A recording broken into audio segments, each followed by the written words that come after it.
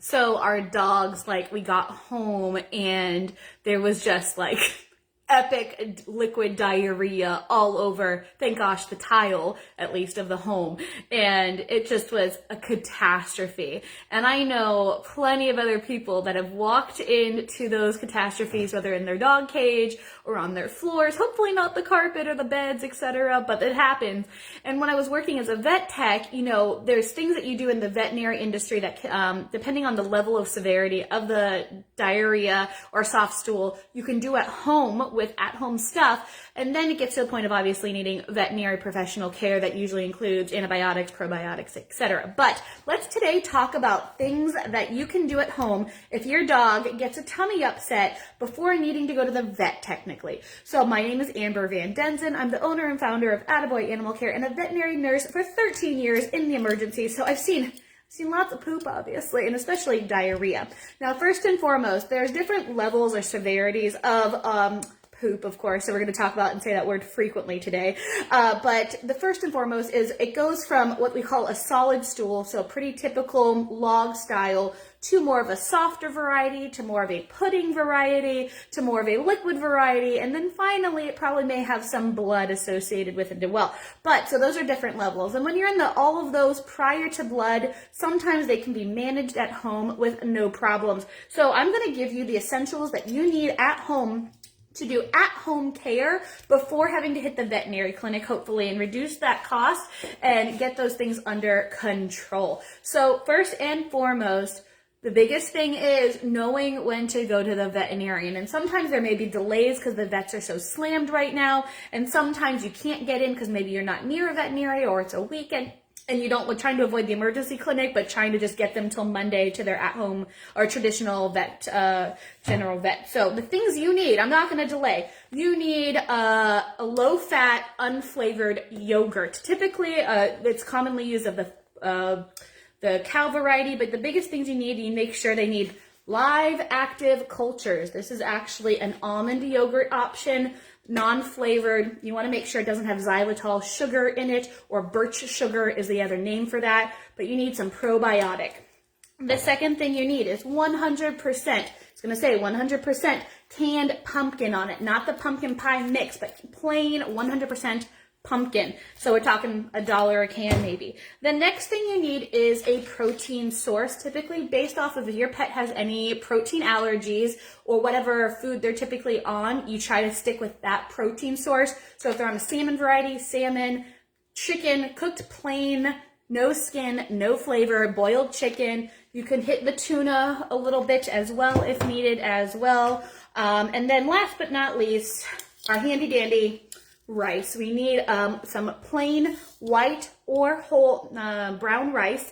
You're going to cook this up again, no flavor, no salt, no nothing. Our goal is a bland diet, as this is called. And what you're going to do is, if your pet has diarrhea, their stomach, something's going on. Maybe you gave a new treat, or they got into something, a little bit of something they weren't supposed to, or they were transitioning foods.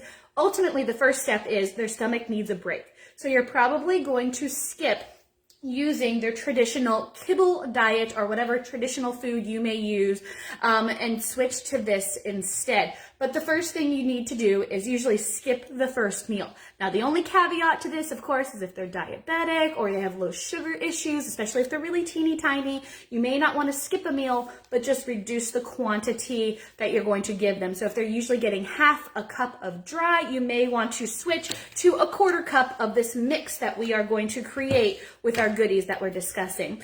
And then from there, you're going to feed their meals like this for typically a couple days, and then slowly transition back their traditional food. So I'm going to say kibble for ease of sake, but you're going to slowly transition back into their kibble by doing a 75 of this blend mixed in 25% of their dry kibble blend, then a 50-50 the next day, and then more kibble and less of this the next day, usually over a 3 to 5 day period. This is not meant to be an extended diet whatsoever because it doesn't have all the vitamin and nutrition minerals that they need for long-term care necessarily. This is to get them through letting their stomach heal, move along whatever is in there that maybe shouldn't be, tummy-wise. And we're not talking about like foreign object situations. That's a whole different subject. But trying to get them back on. Now, the biggest thing is If your pet's other body functions are not doing well, if they're getting very lethargic, if they're vomiting, if they're having a fever of some sort, if they're jaundiced or turning yellow, of course, those are red flags. Go to the vet immediately.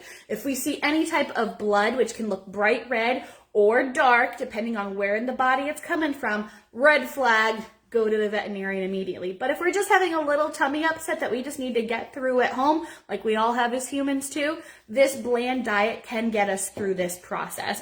Again, 3 to 5 days max typically. So what you're gonna wanna do is you're gonna wanna cook up your protein source, your plain boiled, skinless, no flavored chicken, or if you don't have access to that, whatever other protein source that is safe for your pet's diet, so know what that is. Even some dried chicken can do the job in a pinch.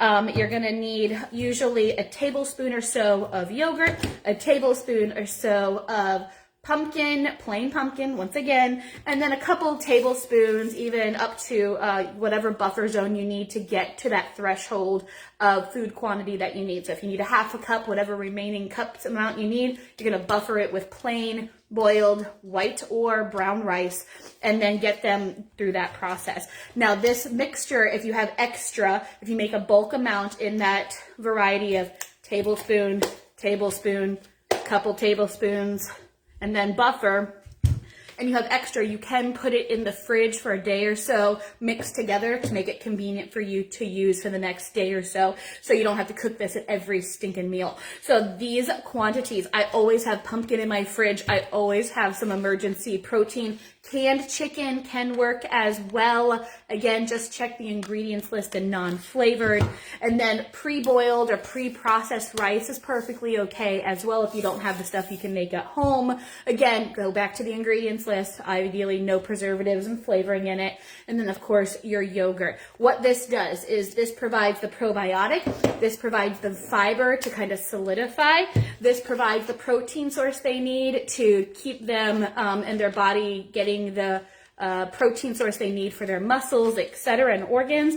And this rice is just a bland diet buffer, your starch, your carbohydrate, again, to get them through this hard time. Mix those things together. Again, give them, if you can skip a meal if they're a larger pet or they're not medically issues, skip a meal, then move to the next meal doing this process, and usually do about a half amount of what you usually feed. Just give them, their stomach needs time to heal ultimately. The other last addition you can potentially add is activated charcoal. You can find these in a tablet or capsule form at your local pharmacy typically, Walgreens, etc. And you can put that into the mix, or you can just orally feed it, shove it down their throat, because it can get messy because it's black charcoal, of course, but that helps absorb any toxins. I actually use it on myself even when I have things like this. Now, again, I'm not a veterinarian. Talk to your veterinarian. But in the veterinary clinic, when dog comes in with an upset stomach that, again, doesn't have blood issues and doesn't have any other medical issues going on, again, fever, vomiting, acting super lethargic, etc., doesn't have any other previous medical concerns like diabetes, what do? Most clinics send them home with pumpkin. Most clinics send them home with a probiotic that's in a tablet form.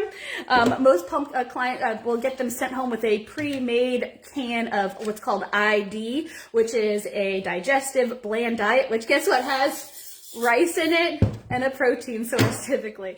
And that's what they start off with until they need to get to their next steps of potential antibiotics that are specifically for our stomach area or fluids, etc. We do want to make sure our pets are drinking, of course, too, because when they are having diarrhea, of course, they're using a lot more fluid to push that out too quickly, which means they can get chronically dehydrated very quickly. So you do want to make sure your pet is drinking. And a great way to do that is if this meal they're having, adding a little bit of water, so it's kind of being forced into their diet a little bit more, kind of making it like a stew situation, is a great way to do that. But again, if they're not drinking for 24 hours, definitely, again, veterinary clinic. So if you guys have any questions, please do let us know. But your DIY tummy upset kit, again, without blood in it, without previous medical issues, non-diabetic or too tiny that they can't skip meals and stuff and we can worry about their blood sugar dropping too much, is, again, 100% canned pumpkin, a unflavored, fat-free ideally, yogurt of any type that as long as it has live active cultures, plain white or wheat, or brown rice rather, and then a protein source of some sort, ideally boiled chicken, but if they're allergic to boiled chicken, using whatever protein source is usually in their typical kibble type food or whatever their primary diet is. If you guys have any questions, please do let me know. Remember, Attaboy Animal Care, pet sitting and dog walking, located in Lakeland, Florida. Happy pets, happy people, and have a great day, guys. Bye-bye.